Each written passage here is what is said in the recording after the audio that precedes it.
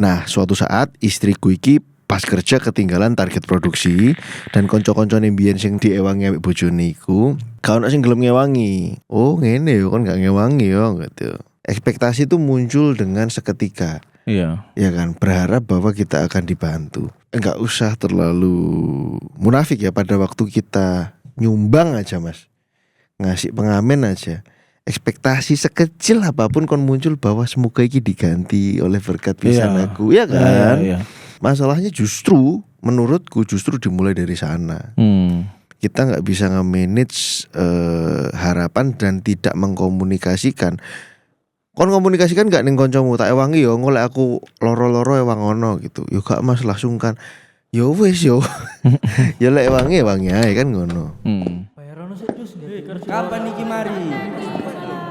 Nanti tuwek lho. Ojo apa rabi? Ojo wis tuwek lho. Kator ya yo. Tipsimu lho marekno. Ojo. Selamat datang di Podcast Exit. Podcast Exit Masa lalu milik kita. bersama saya Firza Palazza Dan saya Bian Brilianti. Kita kembali lagi di episode hari Senin, di mana kita akan membacakan semua DM-DM dari Ultras Buntu. Namun sebelum itu terima kasih saya ucapkan kepada tim Mux Kreatif. ya yang sudah mengumpulkan pertanyaan demi pertanyaan, mensortir Tempik gak ono kemistrine belas. mensortir si Mux Kreatif mensortir pertanyaan demi pertanyaan gitu. Pertanyaan random ono sing Mas peluru kaliber piro sing kayak nembak Donald Trump ya. Donald Trump. Karena ketembak kan kaget kram deh. Akhirnya kram kan. ada. Cia. Gitian bolong itu. Dokter gigi. Cia betul. Dokter gigi. Anak tuh narsumnya kita kan tuh. Iya betul. Cia. Anak minuman keras. Apa? Ciu. Kurang ya. Agak kurang ya. Sorry. Goblok. Kota ireng. Apa itu? Jauh. Iya sih kotak-kotak ireng. Astagfirullahaladzim. Wis. Yuk.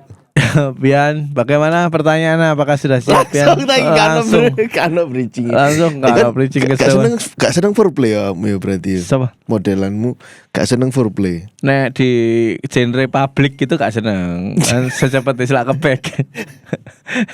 Dang-dangan aja. Iya. Nek misalnya lagi main nang tol sumo ngono ya gak usah foreplay gitu. Ih, resiko loh Pak kon main nang tol iku Pak. Sumpah. Kenapa? Yo ambil nyetir kan iki? Enggak. Oh mandek. Mobil taruh sebelah kiri. Ban depan kiri. Dikendori tok dicoplok. Pintu depan dibuka. Pintu belakang repot juga ya. Repot juga, tapi asik. Pintu belakang dibuka. Pintu belakang buka, pintu depan buka, main di tengah-tengah pintu itu. Lah sing bannya dicoplok apa? Galasan, nek ana wong nulungi. Pak, syek. Nek ana wong nulungi kenapa Mas? Bocor Pak, mari ganti ban serep. Gitu. Sampai di kayak Hazard burine. Kayak asa. Ahli Pak wong iki Pak, sumpah. Tol sumo, kenapa tol sumo? Karena jangan ben tol sumo iku sepi. Iso. Atau ono mobil nih gitu. Oh gak macam-macam mobil ngentu pisan bajingan yo. Deret. Iki bane apa kabeh?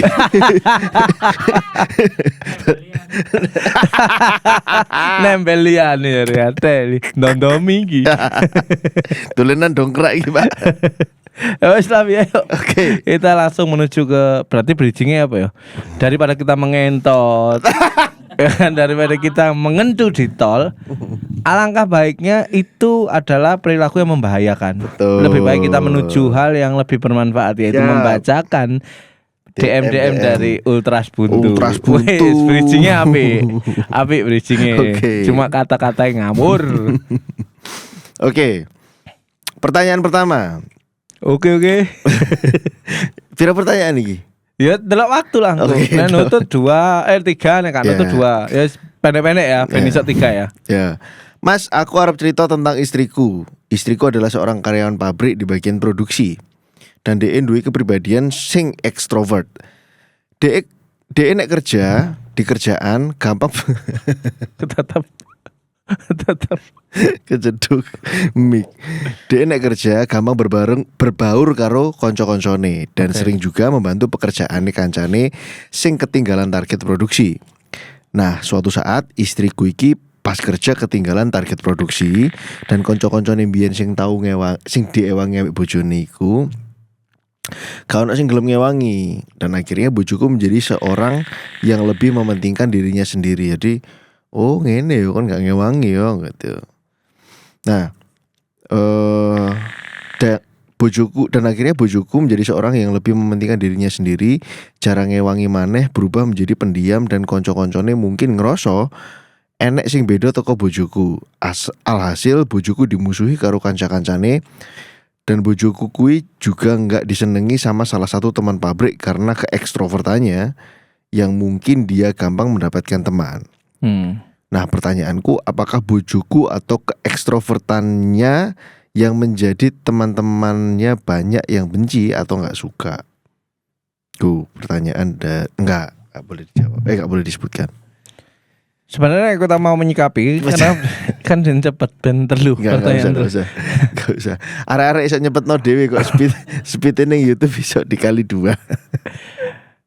Apa ya, memang tempat kerja itu bukan tempat nongkrong, tempat kerja itu bukan keluarga. Balik mana hubunganmu dengan teman kerjamu itu as a partner, yang dimana yang sebenarnya kalau kalian sadari kalian itu berada di tempat yang mengharuskan kalian untuk berkompetisi. Jadi stop untuk membantu kanan dan kiri, stop untuk peduli terhadap kanan dan kiri. Karena emang ya mereka cuma partner. Suatu saat mereka yang bisa membunuh kamu saat kamu lemah. Karena ini dunia kerja, bro, prestasi yang menentukan tempat. Gitu. Tapi dengan singkat cerita seperti itu aku bisa menyadari bahwa Mbak Egi wong tulus. Sebenarnya sudah sering tampil berarti deh. Enggak, sering dikecewakan, wong tulus dong. Sebenarnya dia sudah sering dikecewakan, cuman memang ada momen di mana mungkin dia sangat tertinggal, sudah buntu, akhirnya gak dibantu, jadinya dendam, marah gitu. Sebenarnya coba diingatkan kembali untuk posisinya tetap di kondisi netral ya. Nek anggap aja nek humble tuh naik, nek menyebalkan tuh turun gitu. Nah, posisinya istrimu itu sempat di netral, bahkan naik humble, menolong temennya yang kurang dan segala macam. Karena kekecewaan itu membuat istrimu terperosok nih, posisinya menjadi menyebalkan karena menyimpan dendam, amarah, menyebarkan vibe kebencian, gitu ya. Sehingga yang tadi di benak asu. Tangan ke atas tuh lebih baik daripada tangan ke bawah. Nah, sehingga mungkin ada perilaku sikap yang berubah pasti, cuman kalau menuju ke arah yang menyebalkan itu justru merugikan menurutku ya.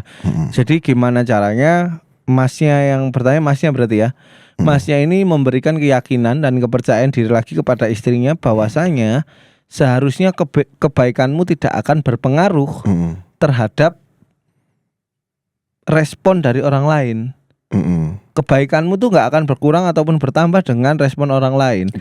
Tapi kamu juga harus melindungi rasa kecewamu, sehingga jangan melakukan lebih dari batas kewajaran, yang dimana akhirnya saat kamu ya ben kan gak kecewa. Iya gitu. Nah, intinya seperti itu nih aku ya. Aku menanggapi langsung, tidak ada masalah dengan yang namanya ekstrovert. Tapi disclaimer dulu ya teman-teman ya, bahwa yang kita jawab di podcast Exit itu adalah jawaban berdasarkan data ya kan. Lek kon ngekei data semene ya kita jawabnya segini dengan konteks seperti ini. Kita nggak akan bahas tentang what if, jangan-jangan dibenci bukan karena masalah itu, karena bojomu nggak cerita bagian-bagian penting aja. Mungkin. Tapi kita nggak mau bahas itu. Yang pertama adalah tidak ada masalah dengan extrovertness. Extrovert itu apa? Extrovert itu adalah cara seseorang untuk ngecharge energi sosialnya, berkomunikasi dengan makhluk atau manusia lain gitu. Dia merasa semakin berenergi, merasa semangat pada waktu dia ngobrol dengan orang baru, bahkan dengan orang-orang yang ada di sekitarnya, dia happy, dia punya energi atau battery life-nya itu nambah terus gitu. Nah, sebaliknya orang ekstrovert itu kemudian jadi baterainya cepat habis pada waktu dia sendirian. Itu penjelasan singkatnya. Apakah itu ada pengaruhnya dengan pekerjaan? Justru plus, Pak. Gitu. Karena di sebuah pekerjaan ya kalau produksi sih sebenarnya nggak terlalu dipakai ya. Produksi justru kalau kamu ekstrovert memang nggak gitu penting dan berpengaruh. Iya. Karena produksi kan fokus membuat produknya kan. Fokus membuat produk, terus kan tidak diperkenankan untuk ngobrol ya kan. Kecuali ku UMKM gaya jajan bungkusi opo no pentol. Tetep kalian ngobrol dong, goblok kan iduwe muncrat nang pentol iku mau. Misale maksudnya SOP-nya gak gitu ketat ngono lho. Tuku kok kuahe akeh, cuma kok berbusa ya gitu. Ono kendel-kendel ini kok kacang koa. Oh gidal ternyata. Riak Mas. Aduh Mas. Nah, oke, tak lanjutkan. Masalahnya itu dimulai dari mana sih gitu. Masalahnya dimulai dari pada waktu awakmu mbak ini ngewangi dan berbuntut pada ekspektasi ngono kan. Ekspektasi boleh nggak disalahkan. Sebenarnya ekspektasi itu muncul secara otomatis dan natural pada waktu kita melakukan sesuatu. Misale konco-koncomu lungguh awakmu inisiatif nyapu dewe. Ya kan? Karena itu berangkat dari inisiatif lek jenenge kacamata HRD, misale Pak awakmu satpam. Terus aku vale ini iki tahu ya bedanya satpam ambek vale. Satpam tugasnya mengamankan, buka pintu, nutup pintu gitu ya. Kalau di mall, di bangunan-bangunan besar, di hotel. Vale tugasnya adalah menyambut mobil datang, ngurusi mobil iki sampai parkir. Pada waktu mobil iki ada satu mobil datang nganggur plek, ya kan? Terus mari ngono gak ono vale sing nyekel, ya kan? Terus kemudian satpam iki oleh gak inisiatif untuk markirno mobil iki? Oleh, tergantung SOP manajemennya bagaimana. Lek dhek ngewangi, sapa sing dadi satpam? Ngewangi ini ngewangi nyambut atau ngewangi markir? Ngewangi markir. Oh, nek ngewangi markir berarti dhek meninggalkan pekerjaannya. Berarti dia meninggalkan pekerjaannya. Tapi nek nyambut boleh. Betul. Nah, maka sing jenenge inisiatif itu jadi semakin abu-abu di sebuah pekerjaan. Iya kan? Iku justru iso melanggar, Cuk. Ya. Ya. Kon njupuk targete bolomu iku oleh apa gak sakjane? Ya. Ya kan? Apakah hanya karena itu satu tim terus kemudian mbok jupuk? Nah, tapi ketika kita ngambil kerjaan orang lain, ekspektasi itu muncul dengan seketika. Iya. Ya kan? Berharap bahwa kita akan dibantu. Podo enggak usah terlalu munafik ya pada waktu kita nyumbang aja Mas, ngasih pengamen aja, ekspektasi sekecil apapun kon muncul bahwa semoga iki diganti oleh berkat pisan aku, ya kan? Iya. Intinya itu natural, ekspektasiku akan muncul secara natural. Tantangannya adalah menekan itu. Masalahnya di situ, dan kemudian awakmu berharap orang lain melakukan hal yang sama seperti yang dilakukan. Masalahnya justru menurutku dimulai dari sana. Kita nggak bisa nge-manage harapan dan tidak mengkomunikasikan. Kon komunikasikan gak ning koncomu, tak ewangi yo ngolek aku loro-loro ewang ono gitu. Yo gak Mas, langsung kan. Yo wis yo. Ya lek ewangi ae kan ngono. Gitu ya. Kurang lebih sebenarnya simple. Pertanyaannya apakah ekstrovertnya menjadi nggak suka dan benci? Ekstrovert gak ada urusannya sama itu sih. Tapi kalau dia ekstrovert ke pendiam tuh mengganggu loh. Iya sih. Anak something gitu ya, anak something, ya. Jadi kalau dia lagi posisi pendiam padahal dia cerewet, itu mengganggu tuh Mas. Itu benar tuh. Berarti ekstrovertnya lagi terganggu. Pertanyaannya apa sih? Apakah ekstrovert? Apakah bojoku atau ke ekstrovertannya yang menjadi teman-temannya banyak yang benci atau nggak suka? Enggak sih, enggak. Berarti masalahnya bener nangkon mau saat dia membantu terus terkecewakan dengan ekspektasinya, terus dia mengambil positioning di sangat bawah gitu. Jadi menurutku masalahnya bukan di teman-temannya, iya, dan bukan di ekstrovertnya. Oke. Selanjutnya. Lanjut. Mau pertanyaan, ini pertanyaan yang sifatnya keluarga. Oke. Awakmu pengen pertanyaan yang pasti jawabanmu sekarang cuk, langsung tak pilih ya. Takut dewe. Kontil aja nih. Dipatah-patahno dewe. Oke, ada pertanyaan. Supaya kita lebih rileks. Enggak, itu maksudnya mengeluarkan nafas. Oke. Jadi dulu aku sempat benci sama papaku. Bencinya benci banget lagi. Karena dari kecil emang aku udah tahu kalau papaku punya istri lagi. Padahal mamaku masih sehat. Nah, oke. Dari kecil aku lihat papa mamaku tengkar, diajakin mamaku mergoin papaku lah dan lain sebagainya. Tapi hebatnya mamaku tidak minta cerai dan sebagainya. Apakah karena anak dan lain sebagainya ya? Iku jawabannya iya mas, pasti perempuan itu memikirkan lah ya keluarga dan anaknya. Oke. Nah, semenjak itu aku sebagai laki-laki gak bakal menyakiti wanita. Tapi suatu ketika aku beberapa kali punya cewek dan pacaran gak lama, cuma 2 tahunan. Setiap pacaran aku diselingkuhi dan dimanfaatkan. Oke, kalau itu aku masih bisa terima. Karena mungkin aku yang belum kerja masih ngandelin uang dari papaku. Saat aku udah mulai kerja, aku dapat cewek lagi. Udah pacaran lama, mengenal satu sama lain. Aku ajak ke circle pertemananku. Pokok aku mau serius sama ini cewek. Singkat cerita, aku mau tingjing lah. Tingjing itu lamaran atau tunangan. Saat mau lamaran, aku dapat mimpi lah atau apa, aku tahu cewekku selingkuh sama temenku. Dan kerennya lagi cewekku dihamilin juga. Aku gak bisa berkata apa-apa. Dari kayak mau ngebunuh temen sendiri tapi gak bisa ngelakukan. Sampai jadi orang gila, sampai jadi orang pendiam, gak mau ngobrol sama siapapun, bolos kerja 1 minggu. Oh itu mimpi atau beneran? Ya maksudnya aku itu ngimpi apa sih? Oh gitu loh. Oke. Terus aku itu ngimpi apa? Kok cewekku itu selingkuh ambek temenku. Dan kerennya lagi cewekku dihamilin gitu. Aku gak bisa berkata apa-apa. Dari yang kayak mau ngebunuh teman sendiri tapi aku gak bisa lakukan, sampai jadi orang gila, sampai jadi orang pendiam gak mau ngobrol sama siapapun.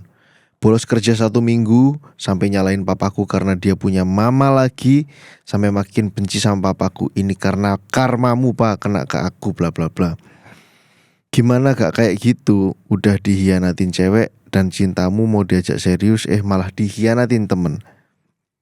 Akhirnya aku berproses selama hampir lebih dari 2 tahun dengan kekosongan hati dan memberanikan diri untuk menikah dengan ketakutan yang sama dan berpikiran semua cewek itu sama. Akhirnya aku menemukan istri yang begitu menerima aku apa adanya dan lain sebagainya. Oke, inti cerita baru dimulai. Oke. Jadi aku bingung dengan pikiran dan perasaanku saat ini, Mas B dan Mas Fir.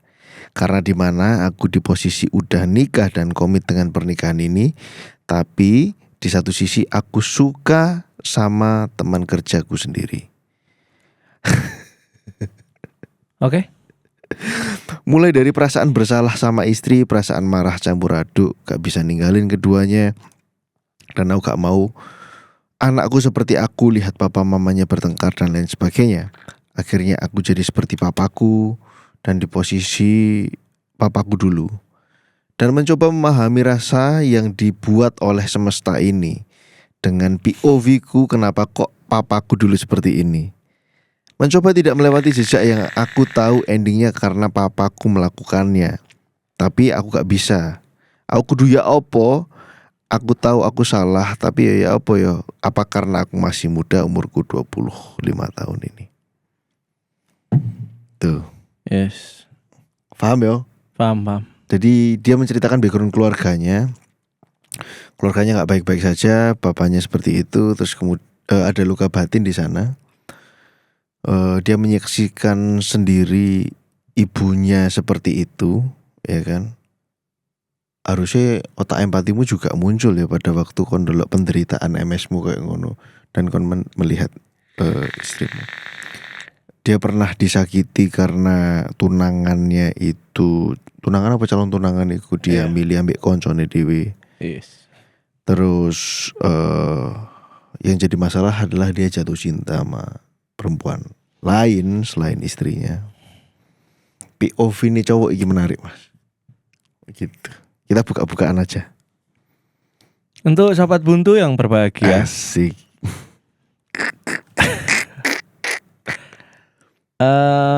Jawabannya memang terlalu muda. Untuk berarti gini, bahasanya belum cukup dewasa untuk tragedi-tragedi yang sebenarnya terjadi atau belum mendewasakan diri untuk menghadapi kerasnya kehidupan atau kenyataan. Yang titik awal kekecewaanmu adalah ketika melihat papa sama mama, tapi menurutku ini hal yang wajar, ini nggak salah. Salah satu orang tuamu cheating, salah satu jadi korban sehingga kamu bersumpah, berprinsip. Ketika kamu seperti itu wajar. Anak muda tuh pasti gitu. Sesuk nek aku duwe anak gak bakal tak koyok ngono, apa segala macam itu. Yang dimana kenyataan itu selalu menguji keyakinan. Kon muslim, kon bersumpah muslim, kamu bersumpah beriman. Apakah cobaan akan menurun? Enggak, cobaan makin gede. Kenyataan selalu menguji keyakinan. Satu step yang seharusnya kamu lakukan sebelum menuju ke bersumpah yaitu adalah memahami. Memahami kondisi mamamu, memahami kondisi papamu, sehingga kondisi yang pahit itu terjadi kenapa, ada salah di mana, sehingga ketika kamu mengerti pokok permasalahannya, kamu mengerti solusinya, dan kamu bisa belajar dari situ.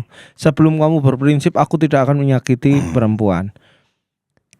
Lebih dalam lagi kamu mengenal mamamu, mengenal papamu, bagaimana mereka marah keduanya, apa yang tidak cocok dari amarah mereka saat meledak, sehingga perlu ada orang ketiga untuk melampiaskan itu. Memahami lebih penting sebelum bersumpah, sehingga tidak ada prinsip-prinsip mendadak yang terjadi tuh. Iya.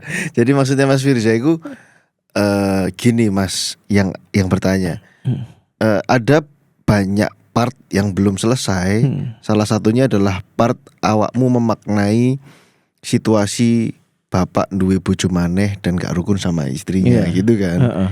Part ini tuh harus selesai pemaknaannya apa. Benar.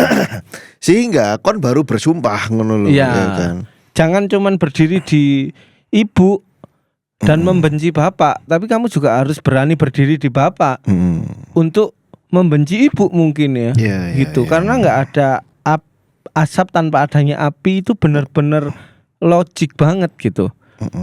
Terus mungkin kamu boleh membenci papamu jika memang sudah ketahuan ancen nebesmu sing gadeli. Iya, gitu. Banyak fakta yang kamu temukan, banyak hal yang kamu sharingkan dari kedua belah pihak. Bapak, ibu, duduk, aku nggak mau rumah tangga seperti ini. Apa yang membuat kalian saling menyakiti diri sendiri dan segala macam. Sehingga daripada kamu cuman bersumpah dan akhirnya memegang prinsip yang mendadak itu, kamu akhirnya mendapatkan kondisi yang sama, sehingga kamu mengerti, oh ternyata ini semua wajar. Paham ya? Aku nggak ngerti, deh paham nggak ya kira-kira? Paham. Insya Allah paham. Nah, mudah kok penjelasanmu. Setelah dari situ, kamu jadi orang yang jangan gampang berdiri kepada mereka yang benar atau berdiri pada mereka korban. Kamu sebagai laki-laki harus paham, kamu selalu ada di tengah. Laki-laki bijaksanaannya itu ketika posisinya selalu di tengah antara masalah, akibat dan sebab. Kamu tetap di tengah nih. Ada kecelakaan, meninggal orangnya. Kamu tolong orang yang meninggal, kamu marah-marah terhadap pelakunya. Kamu angkat, kamu duduk, kamu taruh di pinggir. Ini analogi ya, kamu taruh di pinggir, kamu bilang aku nggak akan naik motor kenceng-kenceng, gitu. Dan ternyata ini mobilnya emang mabuk. Dan pemotornya juga mabuk. Jadi mereka ada di jalur yang sama-sama salah. Begitu sadar balik tabrakan. Tuh. ada satu step yang hilang, yaitu memahami, mengerti sebelum membenci ya. Bahkan kalau misalnya kamu sudah melewati step memahami dan mengerti, kamu gak akan tega untuk benci. Karena datamu cukup valid gitu. Dan mungkin untuk bersumpah apalagi. Apakah ini karena usiaku 25? Mungkin memang seperti itu. Karena beberapa kasus yang kamu terima, aku kalau melihat data yang cukup singkat ini, kamu tipe orang yang selalu tidak mau meletakkan kesalahan padamu, tidak mau menerima kepahitan padamu. Ketika kamu diselingkuhi cewek, kamu bilang semesta ini sudah mengatur seperti ini, sepertinya ini karma bapakku. Ketika kamu terpaksa untuk cheating saat ada perasaan cinta setelah pernikahan, kamu mengatakan semesta mengatur ini semua. Enggak. Semesta tidak berpengaruh apa-apa terhadap hidupmu. Kamu harus percaya itu. Semesta ini sudah sibuk dengan dirinya sendiri-sendiri. Malam harus bergantian dengan siang. Di momen yang tepat mereka harus fokus. Mereka gak bisa di waktu yang bersamaan keluar. Matahari dan bulan harus selalu bergantian. Semesta itu sudah sibuk dengan tugasnya masing-masing. Mereka tidak pernah mengatur perasaanmu dan hatimu. Pun begitupun Tuhan. Tuhan gak pernah membuat kamu untuk cinta. Tuhan hanya mengizinkan atau tidak. Caranya berpikir itu melesetnya adalah kamu gak fokus ke situasinya tapi langsung dilempar ke semesta gitu kan. Gitu. Oh ini karena karma lah. Oh ini karena jadi kesialan-kesialan itu dibungkus karena karma dari orang tua gitu kan. Sebenarnya bekerjanya karma, aku tidak percaya karma itu turun. Aku ya tipe orang yang tidak percaya karma itu turun ke anak atau ke ibu. Itu tai lah. Itu hanya menurutku ya. Maaf ya Mas, tapi nggak menyerang kamu. Ini untuk orang-orang sebagian berpikir sama gitu Mas, maksud saya. Karma itu tidak akan turun. Kenapa karma itu menjadi turun? Misal anak broken home, bapaknya selingkuh, ibunya korban, punya anak perempuan, ini tiba-tiba dia juga cerai juga karena si cowok selingkuh misal. Apakah itu karma? Mungkin di kacamatamu iya. Tapi kalau mau dibedah lagi, bisa jadi si perempuan belum selesai dengan masa lalunya sehingga dia menjadi orang yang menyebalkan, overthinking dan selalu menuduh suaminya untuk selingkuh karena ketakutan di masa lalu. Ketika suaminya capek dan segala macam, si cewek punya referensi kehidupan broken home. Jadi ketika dia cerai pun nggak apa-apa. Sehingga dia tidak bijak dalam memutuskan. Polanya kembali terulang. Cerai lagi. Apakah ini karma? Bukan karma. Ini semua tentang keputusanmu sendiri. Apa yang kamu lihat sehari-hari secara tidak langsung itu akan masuk ke alam bawah sadar dan itu menentukan keputusanmu dalam hidup. Maksudku gitu Mas ya. Jadi jangan terlalu dilempar ke alam semesta. Ini karmanya bapakku. Enggak. Bapakmu juga akan mendapatkan karmanya sendiri kok. Tidak bisa memeluk ibumu. Akan selalu ke flash momen-momen saat dia deg-degan tunangan ngambil ibumu dari orang tuanya. Itu selalu menjadi hukuman bagi bapakmu. Dia membayar karmanya sendiri gitu. Dan kamu tidak pernah membayar karma bapakmu. Kamu hanya membayar karmamu sendiri. Kalau kamu disakiti dan lain-lain, aku gak pernah selingkuh tapi diselingkuhi, berarti kamu masih bukan orang yang tepat untuk si wanita itu. Kamu belum cukup dewasa, kamu belum cukup mengerti dan lain-lain, sehingga terjadilah perselingkuhan. Selingkuh itu mencari apa yang tidak ada dalam pasangan kita. Berarti di sini komunikasimu yang sangat-sangat kurang. Gitu.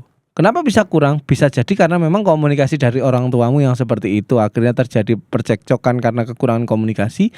Itu yang kamu anggap cukup dalam hidup ini. Jadi sampai istri itu enggak lah, bapakku emang cara ngomongnya gini. Kita ada komunikasi yang mungkin berpola lagi gitu. Betul. Kalau aku ya. Atau kalau dari Mas menjelaskan sedikit Mas ini. Jazuli. Topik menjelaskan soal karma dan sesuatu yang disampaikan oleh Mas Firza soal karma yang diturunkan itu mungkin yang diturunkan selama ini itu bukan karma tapi ya warisan. Apakah warisan itu bentuknya adalah hal yang negatif atau warisan itu adalah bentuknya sesuatu yang positif? Misal kamu punya bapak public enemy sehingga kamu tidak tahu tanpa sebab kamu juga akhirnya dibenci sama orang. Itu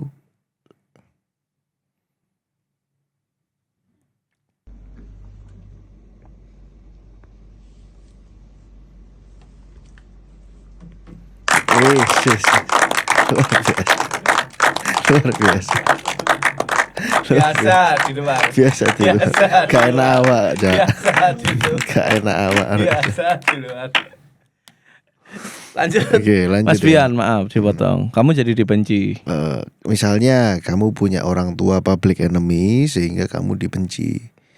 Atau kamu punya orang tua yang dicintai sama masyarakat sehingga suatu saat awakmu butuh pertolongan, awakmu ditolongi sama orang lain karena dia pernah dibaikin sama bapakmu. Apakah itu karma? Oke, itu adalah dampak dari kebaikan yang dilakukan oleh ayahmu. Supaya kita tidak terlalu mengarah ke hal-hal yang spiritual. Spiritual boleh, tapi kita coba analisa ini di sisi logikanya gitu loh. Nah, caramu memaknai sesuatu itu jadi salah karena kesialan-kesialan itu kamu maknai sebagai bagian dari karma gitu. Nah, mungkin proses atau parenting atau situasi keluargamu itu juga berpengaruh ke cara komunikasimu dalam berhubungan, caramu menyelesaikan masalah. Karena anak itu belajar menyelesaikan masalah dalam sebuah hubungan itu juga lihat dari orang tuanya. Ngerti tuh maksudku? Modelingnya dari sana gitu. Nah, bagaimana cara menyelesaikan masalah yang baik, mungkin itu yang kamu gak dapatkan sehingga kamu diselingkuhi. Bagaimana caranya mengkomunikasikan apa yang kamu suka karena orang tuamu sama-sama dingin, akhirnya kamu pendem-pendeman, terus banyak sesuatu yang gak sampai, akhirnya mungkin kamu diselingkuhin. Tapi itu kan sebelum kamu bekerja ya. Yeah. Tapi ketika kamu diselingkuhin setelah bekerja, kamu maknainya itu sebagai sebuah karma. Dan menurutku itu satu hal yang harus diluruskan. Jadi bener jare ini Mas Firi, iku kon kudu bener sih cara mau memaknai baru awakmu mengambil tindakan. Nah, pada waktu awakmu, kita sekarang membahas soal situasi hatinya. Mas, ya kan, sampai kapanpun kamu tidak bisa mengendalikan strum yang muncul pada waktu awakmu ketemu ambek wedok. Bener gak? Iki rata ya di semua laki-laki termasuk saya pribadi. Aku kenal ambek wedok ono from stranger atau dari nggak sama-sama nggak tahu, terus karena satu hal, project lah, kerjaan lah, satu situasi lah nggak tahu ya. Terus kenalan terus ono strume ngono. Anjir gitu kan. Ono strume. Tapi layer-layer selanjutnya adalah pertimbangan-pertimbangan bahwa lanang iku hidupnya penuh dengan responsibility, Pak. Dari lahir sampai mati itu hidupnya penuh dengan yang namanya tanggung jawab. Oke, kon boleh gak ngomong soal komitmen, tapi kon kudu ngomong soal tanggung jawab. Ketika laki-laki mau selingkuh, kamu boleh gak inget sama komitmen, tapi kamu harus inget sama yang namanya tanggung jawab. Tanggung jawab soal apa? Kon sudah anak, Pak. Ya kan, kamu sudah punya anak dan punya istri. Apa sih tanggung jawab lanang? Lanang itu harus provide atau menyediakan kehidupan. Nah, bentuk kehidupan itu selain dari uang ya, cinta kasih ya. Nah, apakah kehidupan itu bisa berlanjut dengan adanya orang lain ini? Ya, aku pribadi gak iso. Lah aku membagi energi, membagi fokus. Gak iso aku gitu. Jadi aku ditolong oleh kelemahan itu.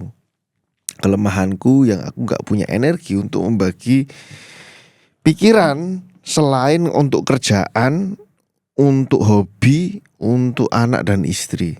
Aku gak duwe ram maneh untuk mikirin yang lain, untuk bertengkar sama orang lain, untuk cemburu-cemburuan lagi sama orang lain, terus mikirin penghasilan tambahan untuk membiayai orang lain. Ya kan? Iku, Pak.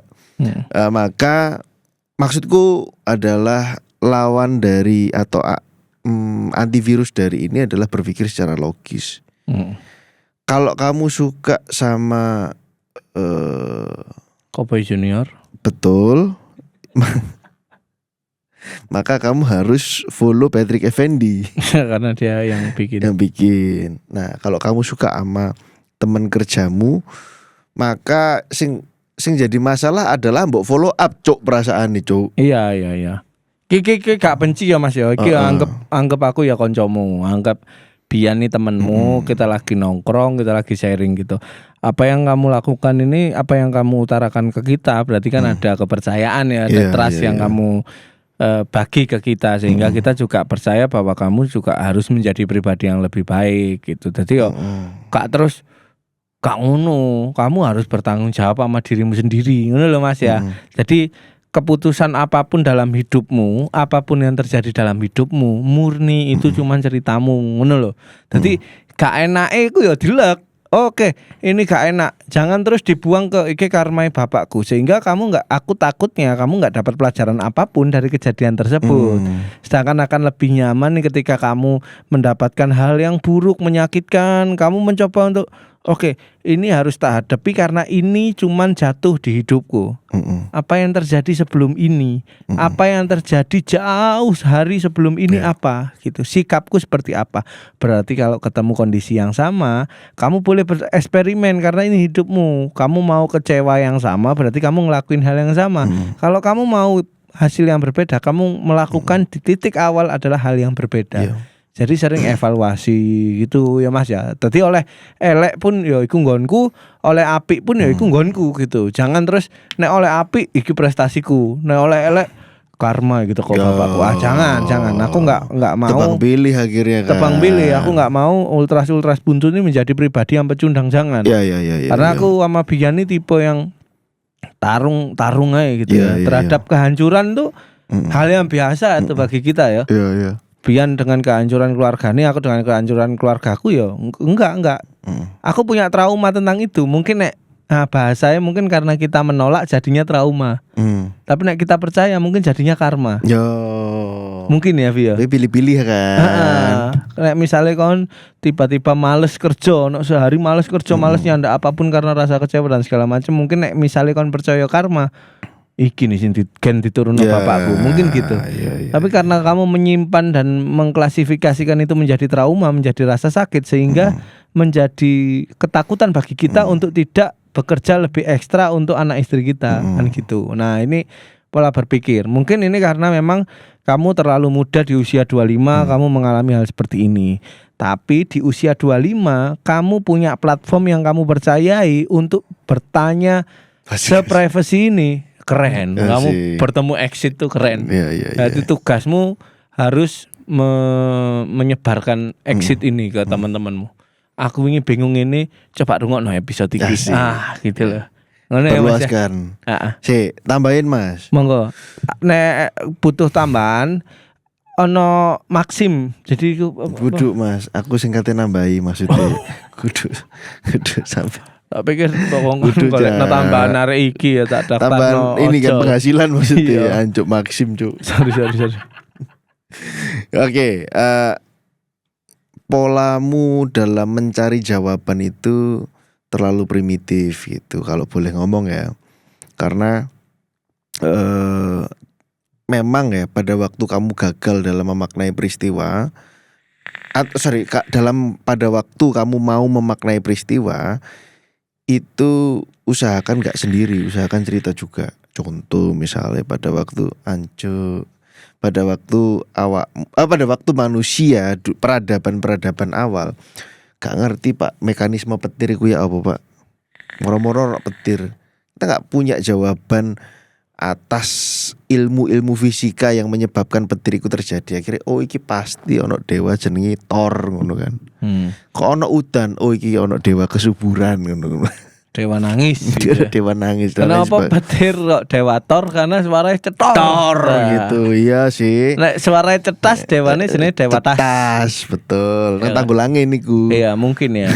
Kan mungkin aku lho rek aja terus potong terus aku apa jenenge menistakan Betul, kepercayaan gak iki mek guyon. betul. Pertanyaan tok. Lanjut Nah, nih. lanjut kembali lagi pada waktu awakmu di posisi ini dan kamu terjebak dengan perasaan cinta iki, kesalahan terbesarnya adalah di follow up gitu. Caranya menurunkan perasaan ini gimana? Tahap pertama adalah ya wis, tidak perlu membangun hubungan intens, biasa aja. Karena manungso atau lanang terutama itu semakin penasaran, semakin dicat semakin happy gitu kan. Iya. Ya udah jadilah penggemar rahasia dulu aja gitu kan. Sing oke, kamu suka lihat, tapi ini untuk menurunkan tangga ya. Kon wis ning tangga jatuh cinta dan mungkin kon wis berpacaran atau kon wis lapo ae. Ya wis diputus dulu. Karena ini soal tanggung jawab men. Ketika kon punya aplikasi lain sing mbok buka ning HP-mu padahal aplikasi ini wis akeh, cara berpikirmu akan lambat. Sing jenenge HP iku pasti akan lambat. Kon kudu delete aplikasi iki supaya cara kerja HP-mu iki bisa lebih cepat lagi. Dan pada waktu lambat kon akan mengestafetkan rasa trauma kekecewaan iku ke anakmu. Jadi estafet itu. Anakmu akan benci kamu juga engkau bener kan, bahaya tuh ya kan. Bahaya. Wah, anakmu juga bersumpah lagi aku tidak akan mau karena ndelok bapak aku sudah akan menyakiti perempuan. Gitu terus akhirnya putumu jadi pakar perselingkuhan ya kan. Karena 7 turunannya gitu kabeh kan. Enggak enak. Guyon ya, bro ya. Jadi lepok nanti. Oke. Mas, berapa menit Mas? 40 aja. Nah, sedikit nambahi dari pengalaman. Sorry, tak potong. 2 pertanyaan tok iki. Ya 2. Iya. Nek apetik meneh gak apa-apa kan ganti kelambi. Kon sik selo apa enggak? Aku balik mari ngene. Oh, kon balik. Ya wis tik namanya biyen ae. Oh, gak apa-apa sih. Usung-usung sih. Nambahi. Aku juga banyak temen cewek banyak gitu. Bahkan sing project kemarin tuh Lila tuh pernah malam video call dan tak angkat. Aku tuh juga gak ngerti apakah Lila cemburu atau enggak ya gitu. Tak angkat, aku tuh lagi di kamarnya Angie lagi sama Devina, jadi bertiga. Perempuannya 2 gitu. Nah, kan ada gitu kan. Tapi konteksnya tahu kan si Lila siapa mereka berdua? Tahu gitu. Nah, ketika memang misalnya ketemu dengan lawan jenis dan itu cantik gitu, idaman kita nyetrum tuh ono gitu ya. Cuman aku juga merasakan hal yang sama dan menurutku itu wajar ya gitu. Wih, lebih ayu rek, lebih putih rek, lebih apapun itu. Cuman aku selalu memulai dengan terus bercerita tentang pasanganku. Gitu. Oh iya, kamu suka ini ya? Oh benar, istriku juga suka banget itu. Aku di depan orang yang mungkin cantik bagiku saat itu, aku tidak membiarkan perasaanku meronta-ronta untuk dapetin dia enggak. Aku memberikan barrier cerita tentang kelebihan istriku, kekagumanku terhadap pasanganku. Sehingga mereka juga akhirnya mengerti batasan kok. Gitu. Akhirnya 2 orang itu manggilnya Bang gitu-gitu. Nah, mungkin Mas ini punya dorongan untuk ingin dicintai perempuan lain. Mungkin. Ketika dia memberikan sesuatu, nanggepi Cuk. Ngerti gak sih Mas? Ngerti paham. Nanggepi mana? Karena umur segitu juga ya. Iya, semakin menarik, semakin di follow up. Lanjut. Nah, masalahnya sebagai seorang laki-laki, ceritaku selesai di situ. Pada akhirnya kan aku punya teman perempuan, tapi tidak melukai perasaan istriku. Dengan cara seperti itu tadi. Iya, dan ketika istriku datang di tongkrongan kami, kita jadi melebur jadi satu aja. Tidak ada yang harus ditutupi, menjaga perasaan dan lain enggak juga. Karena ya diapa-apain ini 2 temanku. Mereka akan lebih kenal kamu duluan sebelum pertemuan kalian karena aku sudah bercerita banyak tentang kamu gitu. Tenang aja gitu. Karena kamu masih muda juga ya. Cuman ini masukkan di konsep pemikiranmu ya. Laki-laki yang keren itu bukan laki-laki yang dicintai banyak perempuan. Mungkin itu kelihatan keren iya, tapi lebih keren lagi adalah sikap. Gimana kamu membuat semua perempuan cemburu sama satu pasanganmu. Itu lebih keren. Envy, iri. Iya. gitu. Iri banget Pak, apa jadi Mbak Lila. Misalnya ya karena aku ya seorang influencer ya, jadi media aku gede, banyak pesan yang nyampe ke Lila juga Pak. Beruntung ya punya Lila, yang dimana sebenarnya ketika Lila mengatakan itu, apa aku beruntung punya kamu? Enggak, arek-arek enggak kenal aku gitu. Jadi membuat banyak perempuan iri terhadap pasanganmu itu jauh lebih keren daripada kamu membuat satu pasanganmu iri terhadap semua perempuan. Wah, kon gak ono hargae. Itu bukan pangeran, Bro. Pangeran, anak raja yang menikah itu membuat satu desa patah hati, Pak. Semakin sulit didapatkan. Iya, gitu. Dan semua wanita akan jadi membenci atau kagum terhadap istrimu yang sekarang. Itu konsep berpikir kerennya laki-laki itu toko situ. Tidak pedokanmu akeh, wah nggak keren. Keren cuman di tongkrongan. Tapi ketika itu diperlihatkan banyak orang koyo, ya ternyata gitu doang tuh gitu. Tapi nek misalnya ya kan, Pak. Ngono lho. Saya enggak kan Bisa. Sing nonton melok-melok iki. Ya kan? Ya udah, semoga ini bisa menambah insight pola berpikir kamu sehingga di usia yang sekarang kamu punya teman sharing akhirnya bisa merubah kamu ke arah yang lebih ngono lho ya. Ya, rek ya ngono rek ya. Matur nuwun Ultras Buntu dimanapun berada. Jangan lupa like, comment, subscribe. Kalau ini episode yang bisa membuka pikiranmu, jangan lupa ngono ya. Oke, makasih. Tetap di podcast seksi. Masa lalu milik kita.